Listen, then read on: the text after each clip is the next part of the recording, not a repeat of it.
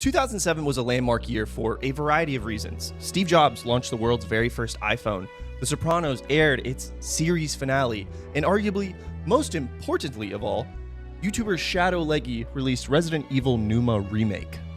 And while primarily serving as an amusing time capsule for the adolescent years of YouTube, this video also marked the beginning of my obsession with the Resident Evil franchise, and I've decided in the year of 2025 to go and play Resident Evil 1 Remake. And in this video, I'm going to detail a bit more about the series' roots, its inspirations, and how it did not actually create the survival horror genre that we know and love today, but its legacy will still be remembered in spite of that. Let's start off by detailing kind of the core mechanics of the survival horror genre. Walk with me for a second. In a broad majority of video games, you are typically given tools to make you more powerful than whatever the obstacles laid in front of you are, facilitating a sort of power fantasy. I want you to imagine the last time you played a Mario game, for example, and think of a word that pops into your mind. You might have said fun or good, but why is that? Maybe you enjoy some of the difficult platforming. Maybe you like stomping on some Goombas' heads, or maybe you just like role-playing as a cat girl. I'm not one to judge. What I'm getting at here is that you, the player, have an array of options available to you.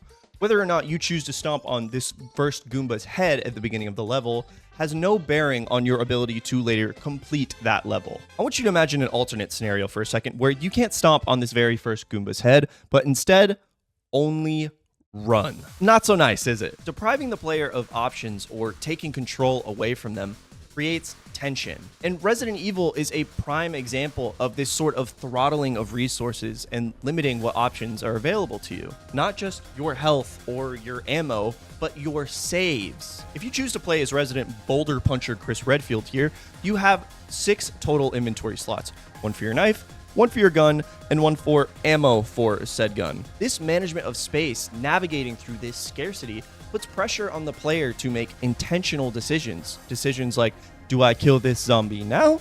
Or do I save my bullets and kill this zombie later? This opportunity cost creates tension because you don't know what's waiting for you on the other side of that door. I don't think there's a better item that demonstrates this issue of scarcity better than the ink ribbon. This is your resource for saving the game, and you consume them by interacting with one of the typewriters scattered throughout the mansion. The game is forcing you to be strategic with every resource it gives you, and punting a problem later down the line might just come back to haunt you.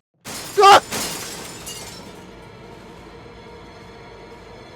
Things like the Crimson Heads are perfect examples of the game punishing you for progressing without purpose. That was a lot of P's. This scarcity effect makes every consumable you use, every bullet you shoot, hold so much more weight and value than they would otherwise. This also creates a particularly satisfying difficulty curve, where after a hard encounter, you might be out of bullets, out of health, scrambling to find something that's going to help you in this mansion until you open that door, not knowing what might be waiting for you, and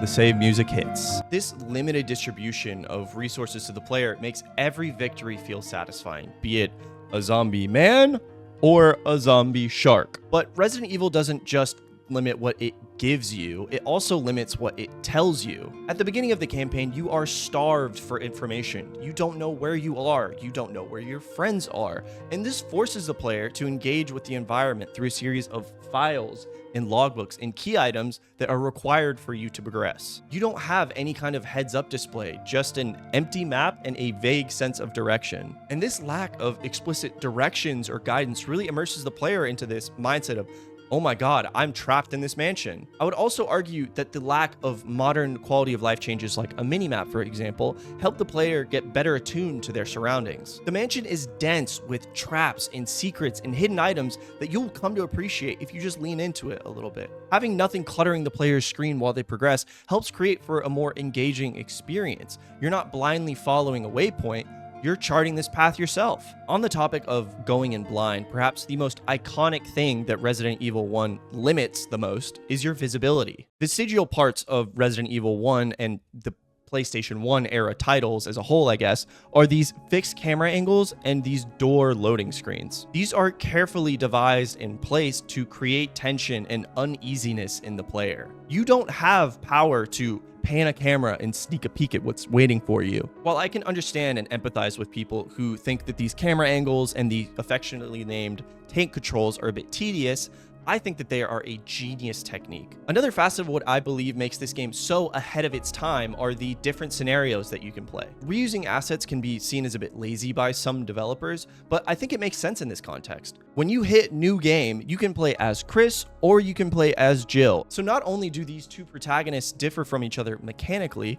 they also differ from each other narratively. And for each of these two characters, there are 6 endings. So, spoiler alert, by the way, if you did not save everyone on your first go around, you get to play the game again from a different perspective and see what things you might have done differently the second time around. I feel the need to call out, however, that this was not an original idea by Resident Evil. They were not the first to do this. In fact, they were about 20 years late, inspired by 1976's Colossal Cave Adventure, which was a text-based game that spit out different endings depending on choices made by the player. Which, if Resident Evil was crazy in 1996, imagine how crazy this was back in 1976. On the topic of inspirations, I think we should take a second and do a little lore lightning round here. In 1995, Capcom hired this guy, Shinji Mikami, to create the horror game that would eventually become Resident Evil, originally slated to be in the first-person perspective, something they would come to revisit later down the line, until Mikami discovered 1989's Sweet Home, the video game adaptation of the same Japanese film where you swallow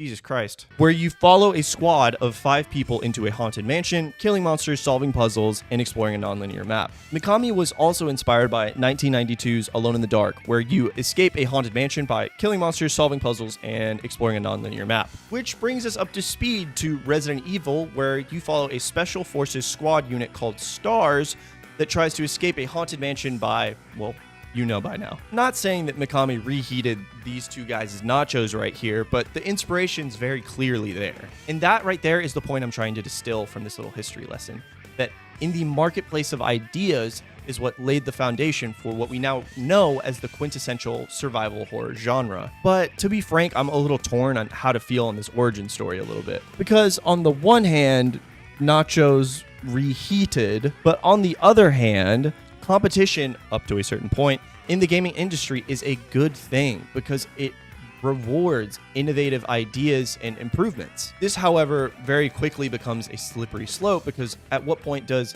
inspired by turn into a blatant ripoff? Publishers and developers have a couple different legal levers that they can rely upon, like patents and copyright and IP law, not to be confused with ICUP law. And I want to take a quick glance at 2 contemporary examples that I think really well demonstrate why competition is a good thing. Starting with Palworld, the overnight sensation for being Pokemon with guns is in legal hot water for violating patents held by the Pokemon Company. If it weren't obvious from my NASCAR Viagra t-shirt, I am not a lawyer, so I will not be commenting on the legal precedent of the suit, but rather from the viewpoint of a consumer. And honestly, I think it's good to see the Pokemon Company sweating a little bit. This is a company who's rested on its laurels and released mid-game after mid-game for the past 15 years.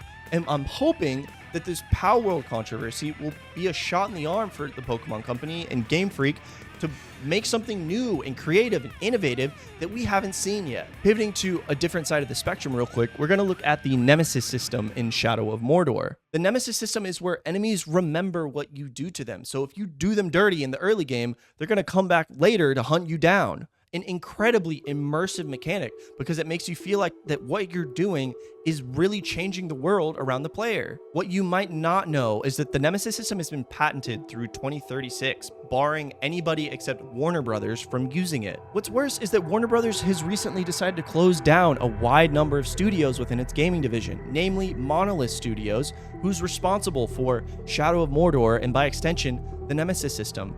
They've had to cease production on the only other title that's going to use this awesome technology. While I can't say with 100% certainty that WB isn't going to use it within the next 10 years, I think it's purely greed that it's locked behind a patent like this. Because sure, a company could try to skirt around patent laws, but at the risk of incurring significant legal fees from a multi-billion-dollar studio or just having to outright pay the troll toll, if you will. Actions like this are completely anti-competitive, and we as consumers are worse off for it. Back on topic here, I hope this history lesson helped demonstrate the similarities between Resident Evil and some of its source material, if you will. Titles that in their own right were groundbreaking and innovative, but just didn't quite have the right backing to meet mainstream success. I'm not condoning that you steal your ideas or blatantly rip other people off. What I am saying is that gamers and consumers as a whole win more when there is competition. This iterating on ideas and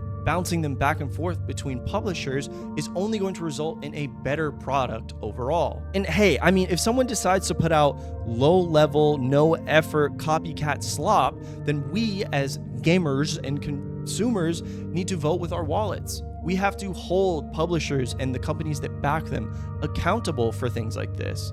And I think if we do, we're going to encourage them to try new things, be innovative, and create games that we've never seen before. In the context of Resident Evil, we can see what happens when developers show love and appreciation for the titles that came before them. This is a game that is a culmination of all of the tiny successes and wins from its predecessors. So sure, Resident Evil didn't create the survival horror genre, but instead set the standard for every game that would release after it. Hello again. Thank you for watching. I appreciate the support. This is not a sponsored video, so I would like to ask that if you enjoyed this and want to support the channel further, consider leaving a like or subscribing possibly. Big fan of the Resident Evil franchise, and I had a lot of fun researching this video, so if you have any other Resident Evil factoids that you'd like to share, love to read them down in the comments below. My goal for 2025 is to release one new video a month, so I appreciate you joining me for the beginning of this journey. But yeah, I guess I'll see y'all in the next one. Be good. Don't do anything I wouldn't do. See ya.